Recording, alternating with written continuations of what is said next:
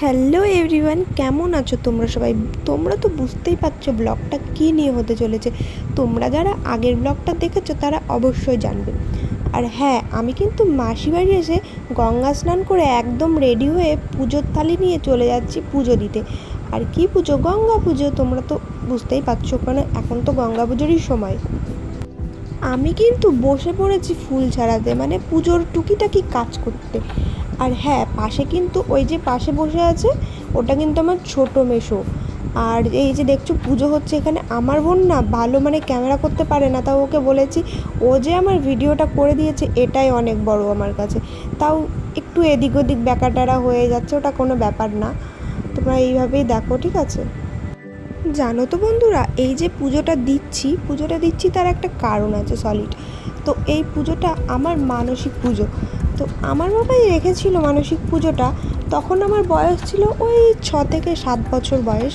তো এখন কিন্তু আমি অনেকটাই বড় হয়ে গেছি, প্রায় 13-14 বছর পরে এই পুজোটা দেওয়া হচ্ছে।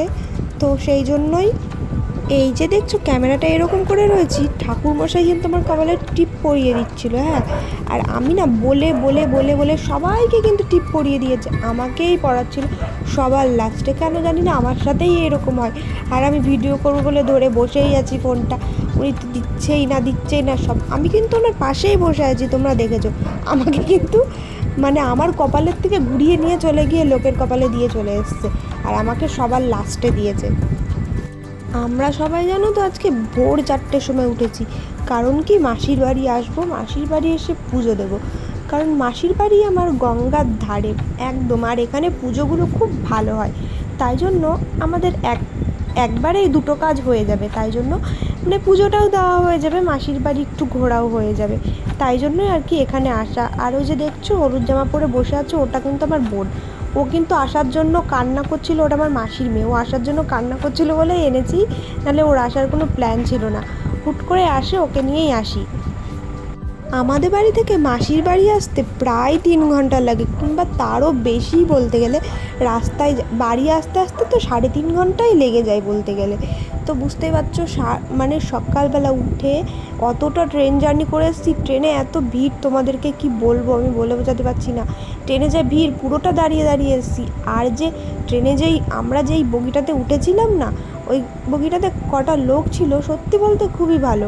আমি দেখেছি এখনও ভালো খারাপ মানুষ আছে, তো সেই জন্যই বলছি ভালোও আছে খারাপও আছে। আমি এরকম সব রকমই দেখেছি, আমিও তো ট্রেনে যাতায়াত করি। সেই জন্যই বলছি যে আজকে যে এসেছি, লোকগুলো ওদের বসার জায়গা ছেড়ে আমাদেরকে বসতে দিয়েছিল।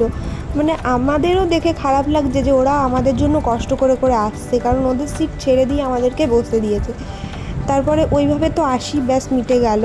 তো এখন দেখছো আমার পুজো দেওয়া হয়েই গেছে। এই যে ফল দিয়েছে সবার হাতে হাতে, এই ফলটা নাকি মা গঙ্গাকে ভাসিয়ে দিতে হয়। আর ওই যে দেখছো ধূপকাঠি ধরাচ্ছি।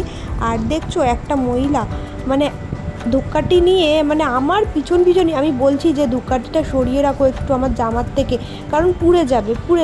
উনি বারবার শুধু ওই তোমরা জানি না মানে ক্যামেরাতে কতটা ধরা পড়েছে, উনি বারবার শুধু ওই আমার জামার কাছেই আসছে। যদি পুড়ে যেত তাহলে বলো কি হতো। আমি তো বারবার ওনার ভয়ে আমি ওই পাশে সরে গেছি। আমাদের পুজো দেওয়া কমপ্লিট হয়ে এই যে দেখছো খিচুড়ি হচ্ছে সবার জন্য, আর খিচুড়িটা রান্না করছে আমার ছোটো মেসো। আর এই যে দেখছো পাশে চাটনি হচ্ছিল, খিচুড়ি হচ্ছিল, মানে খুব একটা সেই রকম ব্যাপার। খিচুড়িটা না সত্যি সেই টেস্ট হয়েছে। আর ভিডিওটা এখানেই শেষ করছি। ভিডিওটা ভালো লেগে থাকলে অবশ্যই লাইক কমেন্ট শেয়ার সাবস্ক্রাইব করে দেবে। বাই।